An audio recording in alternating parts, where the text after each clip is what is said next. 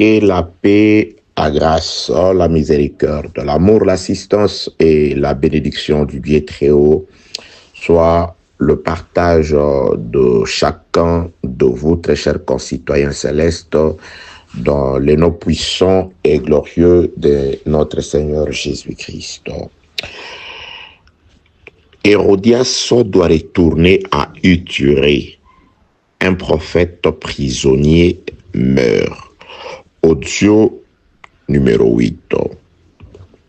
Sans plus tarder, très chers compatriotes, passons à la lecture de ces passages des Écritures qui nous servent de textes de base. Je suis dans le livre de Marc, chapitre 6. La lecture, je commence au 21e verset. Non, je peux commencer au 17e verset. Marc, au chapitre 6, je commence la lecture au 17e verset. Car Hérode lui-même avait fait arrêter Jean et l'avait fait lier en prison à cause d'Hérodias, femme de Philippe, son frère, parce qu'il l'avait épousée. Et que Jean lui disait, il n'était pas permis d'avoir la femme de ton frère. Hérodias était irrité contre Jean et voulait le faire mourir. Pourquoi Hérodias s'était-elle mise en colère contre Jean? C'est à cause de la prédication de Jean. Elle en voulait à la vie de Jean à cause de la prédication de Jean, la prédication de Jean qui était pour le rétablissement de l'ordre dans le mariage d'Hérodias. Hérodias était légalement marié à Philippe, un gouverneur qui était le frère d'Hérode, un autre gouverneur, mais de deux provinces différentes. Le mari d'Hérodias, qui s'appelait Philippe, était gouverneur de la province de l'Iturie. Le frère de Philippe, Philippe le mari d'Hérodias, s'appelait Hérode. Hérode était aussi gouverneur, mais lui, de la province de la Galilée. Donc c'était deux frères, ils étaient au nombre de 3. Ils étaient tous trois des gouverneurs. Alors, cette femme était en train de jongler entre deux frères. Elle a quitté un frère qui était gouverneur et elle est allée épouser un autre frère qui était également gouverneur. Que la paix de notre Seigneur soit avec vous au nom de Jésus-Christ. Je répète, ça c'est l'audio numéro 8. S'il ne vous arrive que de tomber sur celui-ci pour une bonne compréhension, pour comprendre aussi ce que Dieu est en train de nous dire à travers ces thèmes, renseignez-vous auprès de celui à qui vous avez reçu les audios. Par lui, il vous sera donné les audios manquants. Donc, vous voyez, cette femme rusée, Hérodias, nous sommes en train d'ergoter tout autour de la vie du palais, de la vie de Hérodias, Hérode, Philippe, Lysanias, un autre frère de Philippe et d'Hérode. Le 3 était de la famille des tétrarques. Ils sont tous trois des tétrarques. Où as-tu eu ce que tu nous dis? Luc chapitre 3, le premier verset. Que la paix de notre Seigneur soit avec vous au nom de Jésus-Christ. Donc j'aimerais que nous puissions comprendre que la prédication qui attire, la prédication qui amène Jean en prison et le conduira à la mort, c'est une prédication qui parle du mariage, qui vise le rétablissement du mariage. Une prédication d'un homme qui voit clair là où les autres ne voient pas. Parce que pendant que tout le monde pouvait prendre Hérodias pour une femme modèle, pour une femme, je sais pas, d'un homme élevé, pour une reine, pour une souveraine, pour une femme sérieuse, Jean-Baptiste voyait que c'était une femme qui n'était pas à sa place. C'était une femme qui recevait une mauvaise semence. Car une femme qui reçoit une autre semence autre que celle de son vrai mari, c'est ce qu'on appelle une prostituée. Parce que nous avons la femme mariée, c'est celle qui respecte son mari, c'est celle qui ne peut recevoir que la semence d'un seul. C'est pourquoi nous sommes l'église de Jésus, parce que dans l'église de Jésus, nous sommes ces champs dans lesquels il n'est permis que de trouver une seule semence. C'est pourquoi dans l'église, il n'y a que la semence, la pensée, la prédication, la volonté de celui qui nous a fiancés par son sang, de celui qui a donné de sa vie afin que nous puissions aujourd'hui lui appartenir. C'est pourquoi l'église n'a le droit de ne recevoir que la semence de son époux, de son mari légal. C'est pourquoi l'église, si elle reçoit une autre semence que celle de ce mari qui a donné le prix pour elle, et que cette église ne crie pas, elle mourra avec les violeurs. Oui, ça c'était la loi en Israël.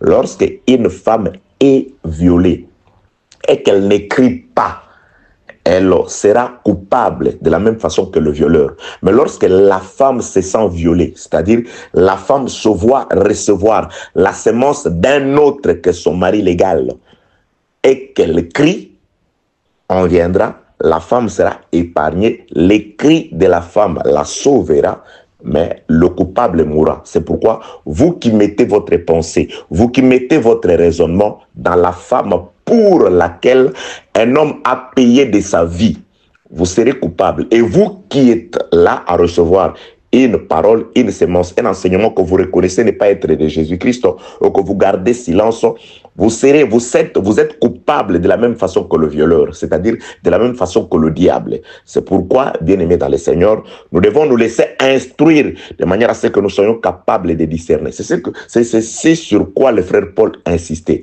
Le peuple devait être capable de refuter les contradicteurs. Le peuple de Dieu devait recevoir l'enseignement, être assis sur le vrai enseignement, de manière à ce qu'il ne soit pas ballotté par tout vent de doctrine. Que la paix de notre Seigneur soit avec vous au nom de Jésus-Christ. Donc, un prédicateur, par la grâce que nous avons reçue du Seigneur, lorsque nous parlons, nous visons aussi le rétablissement du vrai mariage. Que chacun retourne vers son vrai mari, celui qui a donné le prix. Que chacun ne reçoive que la semence de son vrai mari. Nous venons remettre les choses dans l'ordre. Nous venons crier comme Jean-Baptiste contre le mariage et le faux mariage. Et nous savons que c'est un mariage qui n'attire pas très souvent la sympathie des hommes. Qu'avons-nous à chercher la sympathie ou la faveur des hommes? Si nous avons la sympathie et la faveur de Dieu, cela nous suffit. Car celui qui nous paye par rapport à ce travail, c'est Dieu. Celui qui nous protège, c'est Dieu. Nous mettons notre espérance non dans les hommes, mais dans Dieu qui nous a appelés, qui nous a donné la matière et qui est en train de pouvoir confirmer ce qu'il nous a donné à travers ce qu'il est en train de vous dire. Que la paix de Dieu soit avec vous au nom de Jésus-Christ. Donc, très chers compatriotes, nous sommes dans la prédication de Jean. Une prédication qui vise à rétablir le mariage, à arranger les mariages. C'est pourquoi, bien aimé dans le Seigneur, l'Esprit du Seigneur, dans toute personne qui reçoit la parole, veut que nous ne soyons dominés que par le Seigneur. Si un autre que Jésus domine sur toi, au nom de Jésus par cet enseignement, cet autre-là doit te laisser. Si c'est une maladie, si c'est des complications, ces choses doivent te laisser. Car Jésus doit dominer sur toi dans la paix. Il a promis la paix. Et quand il s'est présenté, il disait shalom, il disait la paix, que la paix de Dieu soit avec vous. Voilà pourquoi je vous ai toujours souhaité la paix. Et la paix que je vous souhaite, ce n'est pas la paix du monde. C'est la paix de notre Seigneur Jésus-Christ, la paix qu'il a obtenue au prix du sang, au prix de la vie, au prix des sacrifices. Il nous a obtenu cette paix. Vivez cette paix au nom de Jésus-Christ. Ça, c'est votre dû, ça c'est votre droit d'être en paix à toute chose, d'être dans la tranquillité. Ça c'est la volonté de Dieu pour nous. Soyez en paix au nom de Jésus-Christ. Très chers compatriotes, donc là c'est un petit résumé par rapport à ce qui a été dit dans les 7 audios précédents. Le mariage d'Hérodias, vous comprenez, vous voyez, Hérodias est C'est une femme très risée. Nous parlerons sur Hérodias. Mais laissez-moi aujourd'hui nous faire 2 ou 3 audios, pas aujourd'hui. Hein. Et aujourd'hui un audio, peut-être demain, après-demain, selon que le Saint-Esprit va nous conduire sur la moitié du royaume. Où est-ce que je prends ça? Je suis dans la lecture, je continue dans la lecture. Marc, toujours, je m'excuse, chapitre 6e, je commence la lecture, je continue plutôt la lecture. Au 18e verset, et que Jean lui disait, Jean répétait à Hérode, il n'était pas permis d'avoir la femme de ton frère. Hérodias était irrité contre Jean et voulait le faire mourir. Verset 21. Cependant, un jour propice à un jour occasionnel, c'est-à-dire un jour favorable arriva pour Hérodias. Hérodias va profiter de ce jour-là. C'était quel jour? Nous allons lire. Un jour propice, un jour favorable arriva. Hérodias s'est dit, ok, à l'occasion de ce jour-là, oui, bien-aimé dans le Seigneur, même Ésaü, pour porter atteinte à la vie de son frère Jacob, il a misé sa vengeance sur un jour, sur le jour. Il attendait la disparition du Père. Il attendait le départ du Père. C'est pourquoi, très chers compatriotes, profitez pendant que le Père est encore là. Oui, alléluia. Quand le Père partira, quand le Père quittera cette terre, lorsque la grâce de Dieu nous quittera, nous qui sommes des nations quant à la chair, très chers compatriotes, Ésaü fera sortir son épée de son fourreau. Donc, ce qui permettait, maintenir Isaac en vie, c'était la présence du Père. La présence du Père, c'est ça, c'est lui qui retenait Ésaü, afin qu'il n'apparaisse qu'à son temps. Le temps de l'apparition d'Ésaü, c'est la disparition du Père. Lorsque l'Esprit partira, oui, bien-aimé, nous sommes en sécurité. C'est pourquoi je t'enseigne et j'insiste. Profite pendant que le Père est encore là. Profite, car au jour du salut, je t'ai exaucé. Au temps favorable, je t'ai secouru. Voici pour vous, pour nous, aujourd'hui, les temps favorables, les jours du salut. Pendant que le Père est encore là, pendant que l'Esprit est encore disponible, l'Esprit qui intercède en faveur de juste, l'Esprit qui nous enseigne, qui prie pour nous parce que nous ne savons rien faire, l'Esprit qui nous protège pendant qu'il est encore là, profitez, car Ésaü est en colère à cause de la bénédiction que nous avons reçue à la croix, à cause de la rosée du ciel et à cause de la graisse du ciel, de la graisse de la terre. C'est pourquoi bénéficiez et vivez la totalité de cette bénédiction, que vous soyez enrichis spirituellement, ainsi que Dieu vous assiste en ce qui concerne les choses de la terre. Que la paix de notre Seigneur soit avec vous, au nom de Jésus. Nous avons dit qu'il y a beaucoup de choses à dire tout autour d'Hérodias, d'Hérode, de Philippe, de Lysanias, de Jean-Baptiste et son message, ainsi que des acteurs qui sont invités. Nous allons, si telle est aussi la volonté de Dieu, parler de ces acteurs-là, de ces invités-là, un en un. Oui, les uns après les autres. Il y a des chefs militaires, il y a des grands. Que la paix de notre Seigneur soit avec vous au nom de Jésus-Christ. Très chers compatriotes, cependant, verset 21 du 6e chapitre du livre de Marc, Marc 6, 21, cependant, un jour propice arriva, un jour favorable arriva, lorsque Hérode, à l'anniversaire de sa naissance, donna un festin à ses grands. 1. 2. Aux chefs militaires. 3. Aux principaux de la Galilée. Oui, ces invités-là, ils vont jouer un rôle. Je l'ai déjà expliqué dans les audios précédents, c'était à cause d'eux. Lorsque la tête a été présentée, lorsque la demande a été faite, le concerné, Hérode, était attristé. Il ne voulait pas faire ce qu'on lui avait demandé, mais il regarda les invités. Il considéra les invités à cause des invités et à cause des serments. Il dit, il y a les serments, il y a les invités. Il regarde les invités. Je vais sacrifier la parole. Je vais sacrifier Jean-Baptiste. Mais parce que pour ne pas trahir les invités, pour ne pas faire honte aux invités, pour ne pas décevoir les invités, Jean-Baptiste est mort. Que la paix de notre Seigneur soit avec vous au nom de Jésus. J'ai essayé de parler de ça, je crois, dans l'audio numéro 3, 4 et 5. Comme ça, vous avez tous les audios. Et si vous ne nous appelez pas, allez directement sur YouTube, tapez apôtre Blanchard Ingala et vous reprenez les titres. Hérodias doit retourner à Ithurée. Un prophète prisonnier meurt. Ça va paraître sur YouTube. Donc, je suis dans Marc au chapitre 6, le verset 21. Cependant, un jour propice arriva lorsque Hérode, à l'anniversaire de sa naissance, donna un festin assez grand aux chefs militaires et aux principaux de la Galilée. La fille d'Hérodias, il y a beaucoup d'acteurs. On n'a pas oublié, nous reviendrons sur cette fille. Elle a joué un rôle, nous sommes déjà en train de pouvoir parler aujourd'hui, si Dieu le permet, comme dans l'audio numéro 7, nous allons continuer sur la danse de cette fille. Ça, c'est ce que moi je prévis.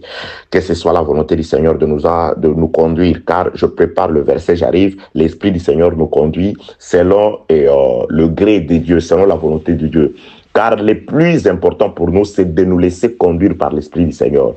Vous êtes plusieurs à nous suivre, de partout. Il y a même des gens qui nous appellent des contrées. Je ne sais même pas qu'est-ce que je ferai pour arriver dans ces contrées-là. Il y a des milliers, en tout cas, et dans le Bénin profond, un frère vous appelle, il dit j'ai des difficultés même d'avoir le recharge de téléphone, le méga, mais je vous suis, je suis tombé sur une de vos interventions dans un tel groupe. Il vous appelle, il est pasteur, il encadre des gens là-bas. Il y a même de ceux qui sont en train de pouvoir traduire les prédications en des langues.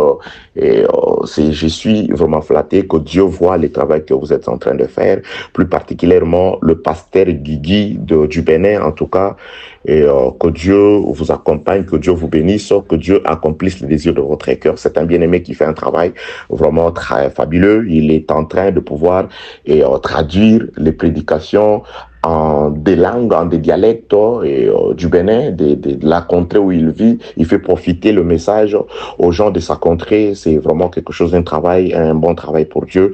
Bien-aimé Guigui, que Dieu vous bénisse, mon pasteur, et soyez dans la paix, vivez la paix à tous égards, au nom de Jésus-Christ. Donc, il y a cette Hérodias, vous voyez, la fille d'Hérode, elle n'est pas la fille... Non, la fille d'Hérodias, elle n'est pas la fille d'Hérode, elle est la nièce d'Hérode, parce qu'elle est la fille de Philippe. Hérodias, en quittant son mari légal, son vrai mari, elle est descendue pas seule, elle est descendue avec sa fille. C'est cette fille-là qui sera le canal par lequel Hérodias va exprimer sa volonté. Hérodias va se cacher dans la fille pour exprimer sa volonté. La volonté reprise dans Marc chapitre 6, le verset 17. Le verset 19 plutôt. Hérodias était irritée contre Jean et voulait le faire mourir. Elle était en colère dans son cœur contre Jean et elle en voulait à la vie des gens. Elle voulait à tout prix que Jean meure. Mais pour accomplir la volonté d'Hérodias, sa volonté, Hérodias ne se présentera pas physiquement. Elle ne fera aucune demande parce que la question ne lui est même pas posée. Hérodias utilisera les exploits de sa fille pour demander la tête de Jean-Baptiste, pour assouvir ses désirs. Que la paix de notre Seigneur soit avec vous, au nom de Jésus-Christ. Donc, Hérodias, là, elle a dansé. Nous avons commencé avec la danse d'Hérodias et nous continuons avec la danse d'Hérodias. Le thème fait parfois fuir certaines personnes. Ah, la danse d'Hérodias, oui, c'est écrit, ce n'est pas en vain. Il y a de la matière pour vous. Il y a des choses, vous voyez, on parle de la danse d'Hérodias, nous parlons à travers cela de Jésus-Christ, vous êtes exhortés, vous êtes censurés, vous êtes enseignés, vous êtes instruits à travers ce qui est écrit. Bien aimé, nous n'allons prendre, nous n'allons faire baser nos prédications que sur ce qui est écrit. Ne vous en faites pas. Moi, je respecte ce qui est écrit. Il y a déjà beaucoup de choses qui sont écrites. Je ne sais même pas si j'aurai le temps de toutes les finir pendant le temps que je suis sur la terre. Je ne pense pas. Alors, je n'ai même pas le temps d'aller vous dire, non, voilà, d'après les recherches, outre la parole. Non. Je me limite d'abord ici. Si Dieu permet à ce que la matière écrite soit épuisée, c'est alors que je pouvais aller là-bas. Oh non, on va là-bas pour une bonne explication, une bonne compréhension. Non, il y a la bonne compréhension dans ce qui est écrit. Il y a toujours une explication de la parole de Dieu dans ce qui est écrit. Que la paix de notre Seigneur soit avec vous. Au nom de Jésus, je ne vous empêche pas de vous instruire pour vous, je sais pas, pour aller faire des recherches pour votre instruction. En tout cas, je ne suis pas contre cela. Je ne suis pas contre ceux qui vont apprendre l'éthique, toutes ces choses-là. Si ça cadre avec la parole, en tout cas, gloire à Dieu. Je ne suis pas contre vous. Vous avez le droit de faire de votre argent ce que vous voulez. Que la paix de notre Seigneur soit avec vous, au nom de Jésus-Christ. Marc chapitre 6, je retourne au verset 21. Cependant, un jour propice arriva, lorsque Hérode, à l'anniversaire de sa naissance, donna un festin assez grand aux chefs militaires et aux principaux de la Galilée. La fille d'Hérodias entra dans la salle, elle dansa et plut à Hérode et à ses convives. Le roi dit à la jeune fille, demande-moi ce que tu voudras et je te les donnerai. Et il ajouta avec serment, roi, les rois, vous êtes compliqués. Il ajouta avec serment, ce que tu me demanderas, je te le donnerai. Fût-ce la moitié de mon royaume. Ah, roi, à cause de la danse, tu vas offrir la moitié de ton royaume à ta nièce, à une fille, à ta fille, à la fille de ta femme, à cause de la danse. Là, le roi Hérode me répond, Blanchard, pourquoi tu me parles ainsi? Suis-je le premier à promettre à une femme de lui offrir la moitié de mon royaume? Je ne suis pas le premier, Blanchard. Tu es un grand lecteur ou tu es un lecteur des Écritures. Va dans les Écritures, tu vas trouver un roi Assuérus qui avait aussi fait une telle promesse à Esther. Oh, voilà. Donc, la promesse, le roi promet la moitié du royaume. J'ai parlé longuement, j'en parlerai encore, je ne finirai pas dans cet enseignement, je reviendrai dans un autre enseignement d'une manière ou d'une autre, je parlerai toujours de l'obtention de la moitié du royaume. Pourquoi la moitié? J'ai expliqué, j'avais d'abord représenté les royaumes comme les corps. Oui, le corps, Jésus-Christ règne sur un corps, dit le frère Paul dans le livre de Éphésiens chapitre 5. Lui, comme la tête, il règne sur le reste du corps. Donc, Jésus, là, le Saint-Esprit par le frère Paul représente le royaume sous forme d'un corps. Lui, c'est la tête et le reste du corps. La Bible déclare, le frère Paul dit, tous les corps solidement attachés, plusieurs membres formant un seul corps, tirent leur croissance, tire tout de la tête, le centre des commandes. Jésus est la tête du corps de l'Église. Il est le chef. Les Écritures disent, les chefs, c'est le Seigneur. Les commandants, les directeurs, les visionneurs, la colonne de feu. J'ai toujours expliqué, que ce soit Moïse, Aaron, les sacrificateurs, les anciens, le peuple, tous marchaient sur la décision, l'ordre et les directives de Dieu au travers la colonne de feu ou la colonne de nuée. La Bible déclare l'Éternel Dieu lui-même. Il était devant le peuple, il orientait le peuple. C'est lui qui annonçait la marche. Moïse regardait la colonne de feu et il orientait, il dirigeait le peuple par rapport à la volonté de Dieu exprimée. Tous avait pour référence la colonne de feu. Aujourd'hui, pasteur, évangéliste, docteur, apôtre, quels que soient les termes, les titres, je ne sais pas, que vous voulez, tous, nous avons pour colonne de feu les Écritures. Vous n'êtes là que pour qu'on respecte l'ordre. Lorsque la colonne de feu s'élève ou la colonne de nuée, le départ, Moïse observe. Lorsque la tribu d'Issachar voulait commencer la marche, Moïse disait non, ce n'est pas toi qui commences la marche. La marche, la tribu qui la commence, c'est la tribu de Juda. Il maintenait de l'ordre par rapport à la volonté de Dieu. Moïse conduisait le peuple, les sacrificateurs orientaient le peuple d'après les décisions de Dieu à travers la colonne de feu. Aujourd'hui, nous, pasteurs, ministres, qui que vous soyez, nous orientons le peuple, nous dirigeons le peuple en respectant la volonté de Dieu exprimée dans la parole. Tout ce que nous disons, ce n'est pas parce que Moïse est fatigué, il dit, bon, on s'arrête. Non, Moïse, toi tu es fatigué, tu peux rester. Mais la colonne de feu, elle est encore là. Elle est encore en train de marcher. Parce que Moïse, il veut se reposer parce qu'il a affaire avec son épouse, il dit, on reste. Non, Moïse, on ne reste pas. Ce n'est pas parce que tu es celui qui nous a fait sortir de l'Égypte ou celui que Dieu a utilisé pour nous faire sortir de l'Égypte que tu vas nous demander de nous arrêter pendant que la colonne de feu s'est levée. Donc, la colonne de feu était le maître.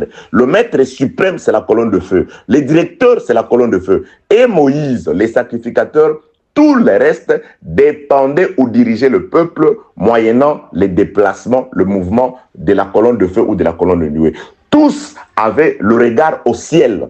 Nous avons tous le regard au ciel. Les serviteurs de Dieu, les enfants de Dieu, les frères et sœurs, nous regardons tous la colonne de feu et Moïse est là afin de pouvoir encadrer la marche, en train de pouvoir faire respecter la volonté de Dieu, mais sur les directives de l'Éternel, moyennant la colonne de feu et la colonne de nuée. Que l'Éternel vous bénisse, que Dieu vous bénisse au nom de Jésus. Il y a beaucoup de choses à dire concernant dans cet enseignement sur le retour d'Hérodias à Uturée. Un prophète prisonnier doit mourir. Cette fille, pendant le jour dit propice, les jours dits favorables, quand on dit un jour favorable à l'accomplissement des désirs de cette femme arriva, ça veut dire que c'est cette femme qui avait préparé sa fille. Parce que elle plutôt, Hérodias, trouva en ces jours de l'anniversaire un jour propice pour assouvir sa vengeance, pour accomplir les désirs mortels de son cœur, les désirs plutôt meurtrières, voulais-je dire, qui étaient dans son cœur. Elle va préparer sa fille. Donc, c'était propice pour elle. Donc, c'est-à-dire tout ce qui s'est passé dans cette fête a été planifié par cette femme. Elle était dans l'arrière-garde, cachée, mais c'est elle qui était au contraire l'actrice principale, parce que les Écritures disent, pendant un jour propice, par rapport à sa volonté, les jours propices arriva, elle s'est dit, oh bon, c'est l'anniversaire, voilà ce qui va se passer. Elle regarde les convives, les invités qui sont là, elle regarde comment la fête, elle organise tout, elle va apprendre à danser à la fille, elle sait qu'est-ce qu'elle a fait, parce que c'est elle qui couche avec le mari. Elle sait comment séduire le cœur de cet homme-là. Elle prépare, parce que le jour, je suis dans propice plutôt, favorable. Les jours est favorable pour elle. Elle prépare tout de manière à faire tomber, de manière à toucher d'abord le cœur du roi. Et lorsque le cœur du roi sera touché, elle en profitera du sentiment de roi qui fera une demande, enfin, c'est-à-dire elle avait tout planifié. Que la paix de notre Seigneur soit avec vous, au nom de Jésus-Christ. La fille entra et dansa. Et lorsqu'elle a exhibé, la fille d'Hérodias, exhibé cette danse, les Écritures rapportent que le roi fut très content. C'est-à-dire, elle a plu au roi ainsi qu'aux invités. C'est alors que le roi va répéter. Je l'ai dit, le roi va répéter ce qu'un roi avant lui avait déjà fait. Le roi Assyrus, je viendrai dans le roi Assyrus, parce que vous allez voir que tout débouche de la même façon. C'est une femme, devant une femme. Le roi Assyrus fait cette proposition-là devant Esther. Qu'est-ce qui était arrivé? Nous allons le voir aujourd'hui. Et aussi, il y a Hérodias, sa fille qui danse. Le roi fait la même proposition. Fût-ce la moitié du royaume, la moitié du royaume, la moitié. Le roi est spirituel. Le roi sait qu'un roi ne peut pas céder la totalité de son royaume. Le roi ne peut céder que la moitié du royaume. Je parlais de la moitié du royaume. Laissez-moi encore vous donner un passage d'écriture. Je vais rentrer dans la danse d'Hérodias, la danse d'Hérodias, et aussi la proposition de la moitié du royaume qui a été faite à Esther. Que la paix de notre Seigneur soit avec vous, au nom de Jésus-Christ. Prenons ce qui est écrit dans le livre de... C'est quoi? J'avais ces passages d'écriture. Dans le livre des Hébreux. Attendez. C'est Hébreux chapitre 9. Oui, dans le livre des Hébreux. Je m'excuse. Hébreux chapitre 9. Je crois que c'est le premier verset.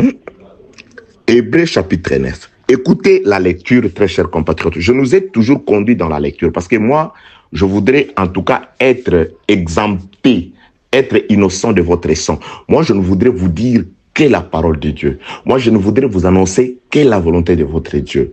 Et je la base, cette volonté, cette prédication, par rapport à ce qui est écrit. Parce que c'est lui qui m'a envoyé, m'a dit de regarder la colonne de feu la nuée et la colonne de nuée. Et ces choses aujourd'hui, c'est l'écriture.